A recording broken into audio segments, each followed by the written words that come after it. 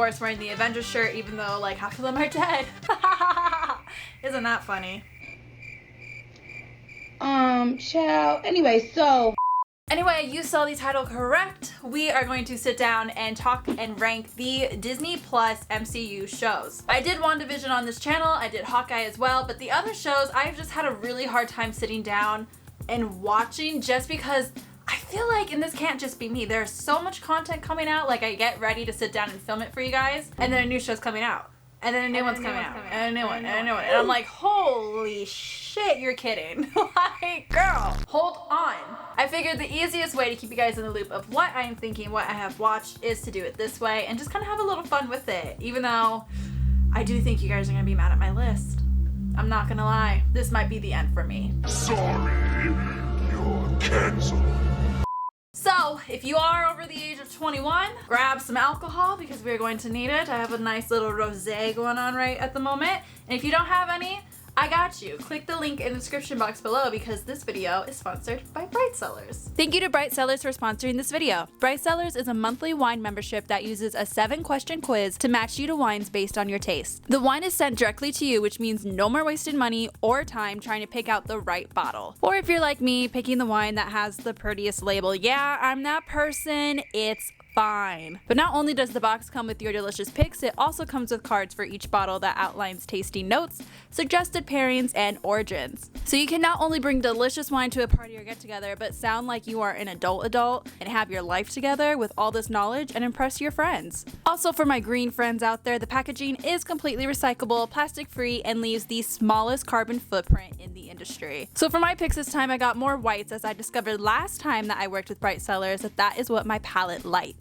These all have citrus tones and are super light, which I really enjoy. So if that sounds good and you want to support my channel, I have a deal for you. Bright Cellars is offering you guys 50% off your first 6-bottle order. That's 6 bottles for only $55, including shipping. So if you want to support my channel, click the link in my description box below to get started, take the quiz, and get some delicious bottles of wine today. All right, so let's try this girl out. Let's see. You know what? That's actually pretty good. I like wine that doesn't really taste like wine. She kind of hit it, not gonna lie. I feel like I need to have some cheese and steak now for dinner. Too bad I can't cook. We'll work on that. But some honorable mentions that I do want to talk about real quick because I do want to watch them. I just haven't had the time yet. And knowing the way I work, it'll probably take me a year to finish them. But coming in at number 10 as our first honorable mention is Daredevil. So I did get to see a little sneak peek of, I don't even know what his name is, Matt Murdock? I did get to see a little sneak peek of him in the Spider-Man movie. I remember sitting in the theater, he popped up and the whole theater creamed themselves. And I was like, oh, he's important. Okay. I've honestly just heard really good things about the show. A lot of you guys seem to like the character as well, which is really exciting. And I do have a feeling he is going to be important in the upcoming MCU movie, so my ass needs to get with the program. And coming in at number 9 for honorable mention, we have Miss Agents of S.H.I.E.L.D. So if you guys watch my actual sit down movie marathon of all 23 MCU movies, good lord, I still don't know how I did that. But if you did watch it, or you kind of remember my watch through, you knew that I fell in love with Mr. Coulson, the actual best agent to ever exist. We don't talk about his death. Like, honestly, whenever you see these videos of like saddest Marvel deaths, why is he not in it? We need to talk about that. But since a lot of you guys could see how much I did love him, you told me about the show. Have I watched it yet? No! Because I'm the worst person alive. Hi. But again, it is something that I want to get into. I've heard like the first couple seasons are more canon than the last couple, and the last couple, like, we kind of look away at it. I don't know. We'll see. But I just wanted to mention her. And the other one I want to mention, but like I just felt like I couldn't include on this list, is the icon.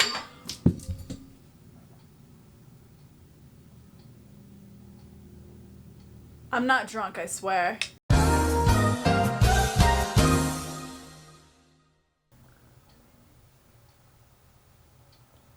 We're gonna ignore that, right? Okay, cool. I was just trying to talk about my little boo, little Groot. The shorts were really cute, but like it, in my mind, doesn't really classify as a show, but they were fun. I like fun. Yeah.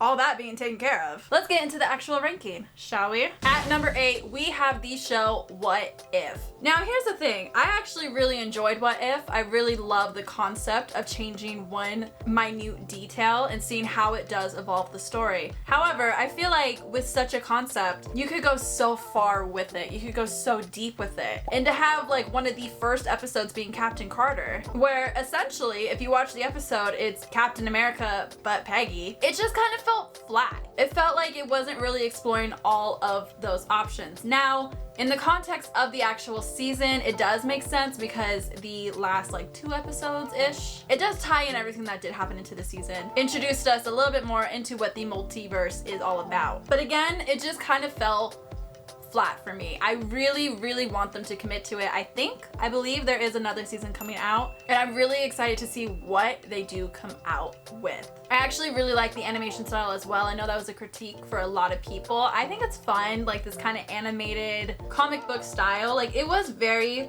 true to what Marvel is at the end of the day. It can be a little dark, it can be a little more upbeat in storytelling and jokes and characters. However, the question I did not need answered was, what if in other universes Wanda and Vision could be happy? Short answer, no. No. But I cannot bring myself to leave her.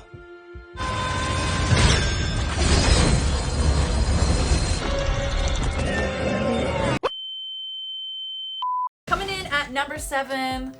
Oh, some of you are gonna be so upset with me, but just hear me out. Just hear me out. Coming in at number 7, we have Moon Knight. I know, some of you are like, hello, did you not watch the show? I did. Here's my issue with it. Kind of like with What If, I felt like they just could have committed a little bit more to like the thriller aspect of what they were trying to present with the whole thing of 2 identities, 2 characters. But I will say, I do applaud them for not making the mental health aspect like a circus, a whole show. Like, it was treated very respectfully, and I do want to give them their 10s for that. I do want to give them the 10s for the cinematography. There were so many beautiful shots where I was just like, damn, this is not possible. This is not real. I am not looking at this with my 2 eyes. The music was so good as well. It captured the emotions that they were trying to portray while honoring the cultural aspect of the character.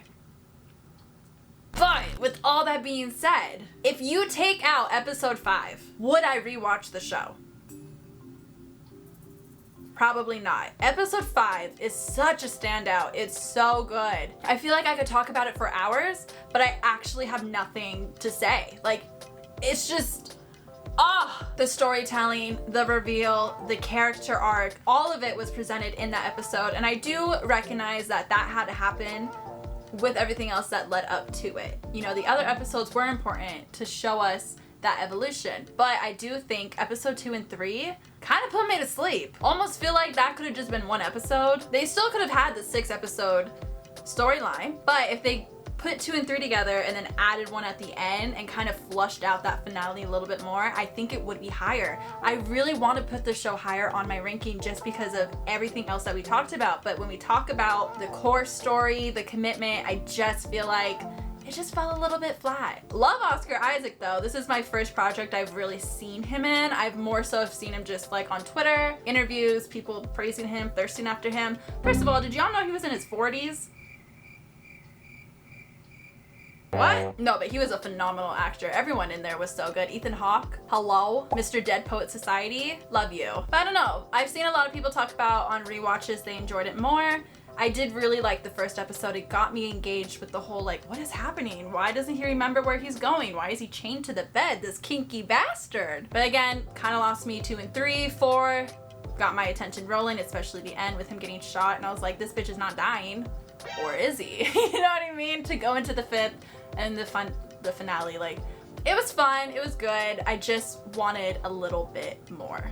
Rolling in with that same idea of commitment, that leads us to number 6, the Falcon and the Winter Soldier. This is another show that I really want to rank higher. I thoroughly enjoyed it, but I just feel like, again, they could have taken it a step further. You have one of the most prominent and only Black characters in the MCU who is taking on a huge role. Why not go further with the racism? Not saying that it needs to be a whole depression thing, but I just feel like they were hitting the tip of the iceberg when there's so many root problems that they could have explored. And I know that's kind of tricky for them being Disney, right? Or being owned by Disney, you know, and not wanting to alienate the core base, but your core base does not treat Sam with any respect. There are still people out here who are like in denial that Sam is the new Captain America. Hi, Captain America is black. And it's fine. And it makes me so nervous for when Captain America does actually get announced, because look at all the backlash for a black Little Mermaid. Like, she's a fish. A fish! And y'all have lost your damn minds, you know? Especially with the whole plot of Isaiah, learning more of that backstory. You know what they did to me for being a hero? They put my ass in jail for 30 years. I don't know. I feel like it just could have really been flushed out. And then with wannabe Steve Rogers, right? We have that whole character. I was kind of confused a little bit with what they wanted us as an audience member to think of him, because I totally get that they were going for like the complex hero storyline, filling in like big shoes kind of a thing, but I just feel like he could have been written a little bit better. And obviously his shining moment was the episode. I don't even need to talk about it. You see it, you know it. We all held our breath during that entire scene because it was just like, damn. It wasn't me!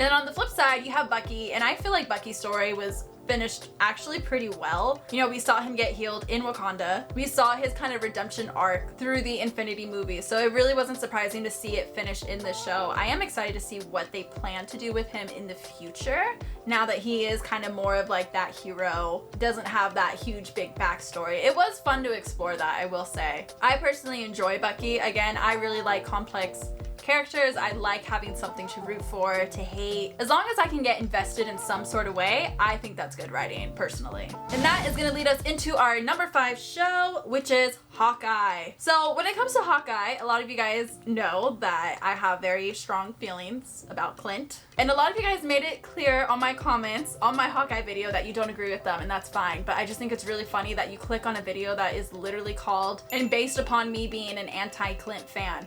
Like, what did you expect? I mean, maybe you expected me to become a fan, because that's kind of what I was like, ooh, come watch and come see. But it's so funny because when it comes to Clint, if you guys don't know, I don't know comics really well. I just kind of pick up on little things from Twitter, from people who are talking about it, comparing it to the movies, the shows, whatever it may be. And so many people are like, oh, well, Clint in the comics, Clint this, Clint that. And I'm like, I don't know him. I don't know him like that. So I really did want to go into the show liking him and finding like this newfound respect for him. And I guess I kind of did, because it was nice to see that human side of him, especially with Natasha. The show being called Hawkeye and him not really being the center of it, or being the most exciting part of it, was kind of sad. It felt a little bit like the Black Widow situation. Black Widow, I felt, came out just to really showcase Yelena, and Hawkeye, I feel like, came out and really showcased Kate Bishop. And I understand that they're introducing new characters, but there was a show that introduced a new character that we'll talk about later that I feel like just really hit the mark of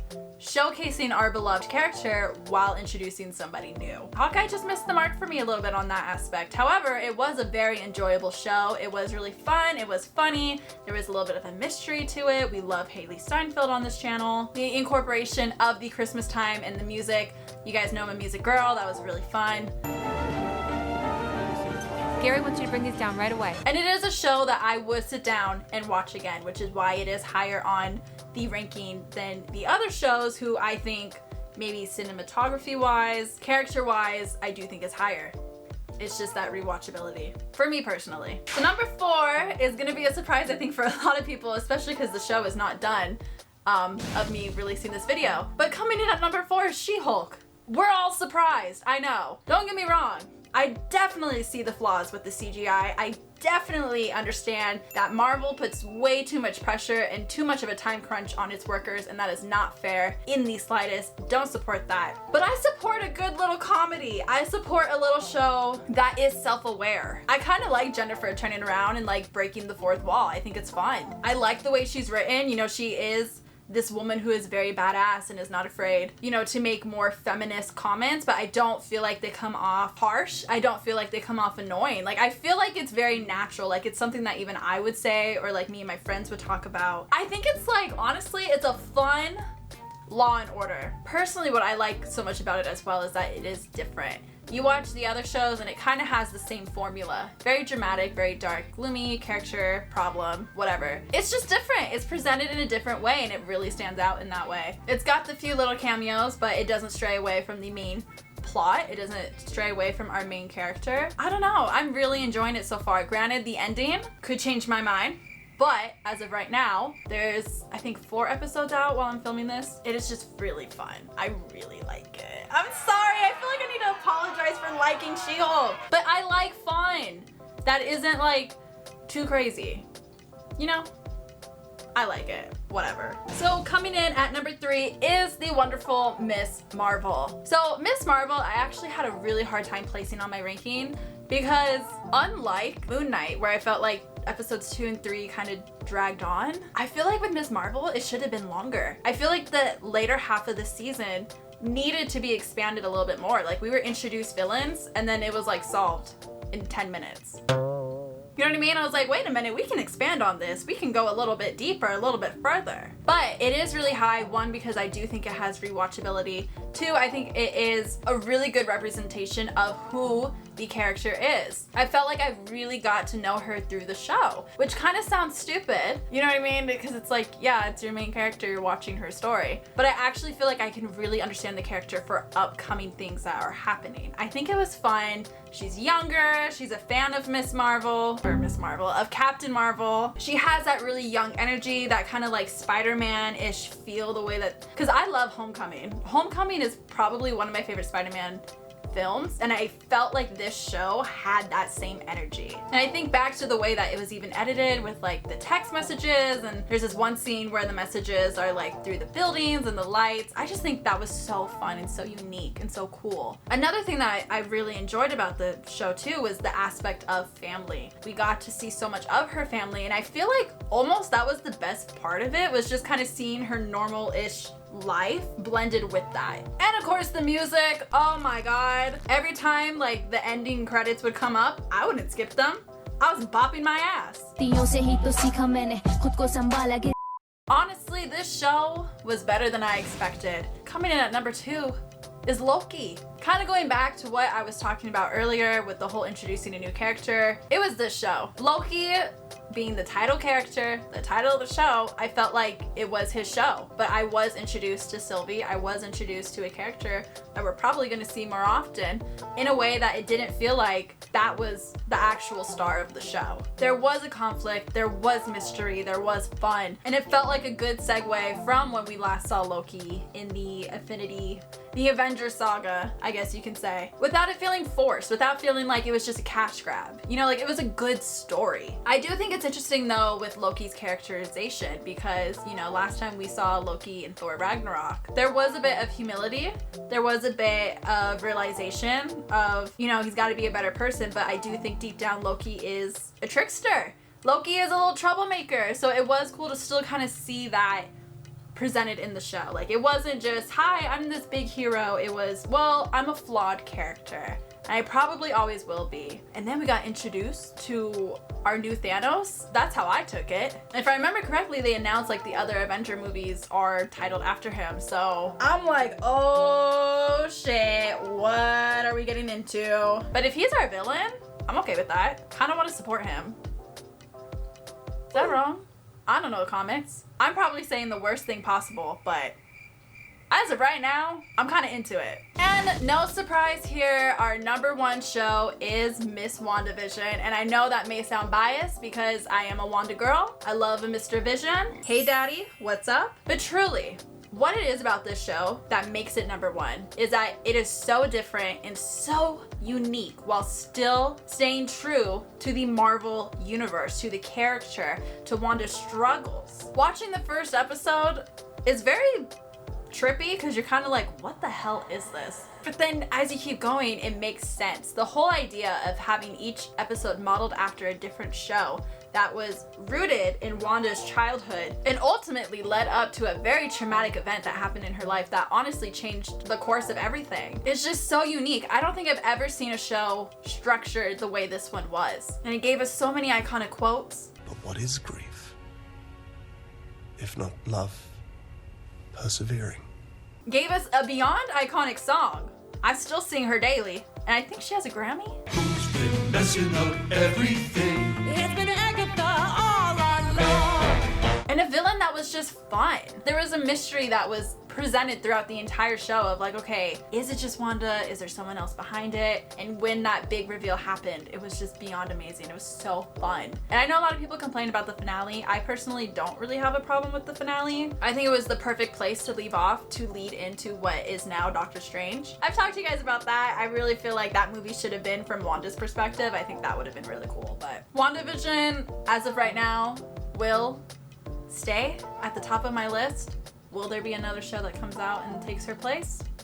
Who knows? I guess you should subscribe and find out.